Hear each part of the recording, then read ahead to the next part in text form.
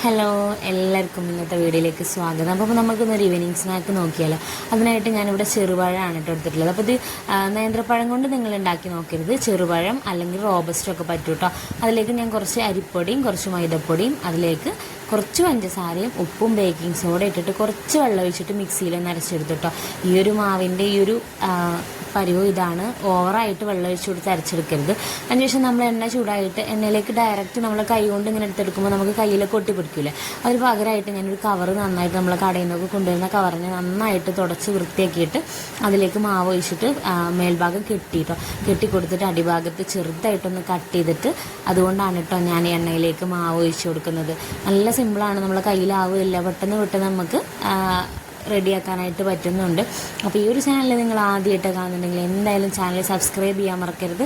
എന്തായാലും സബ്സ്ക്രൈബ് ചെയ്യുക, സപ്പോർട്ട് ചെയ്യുക.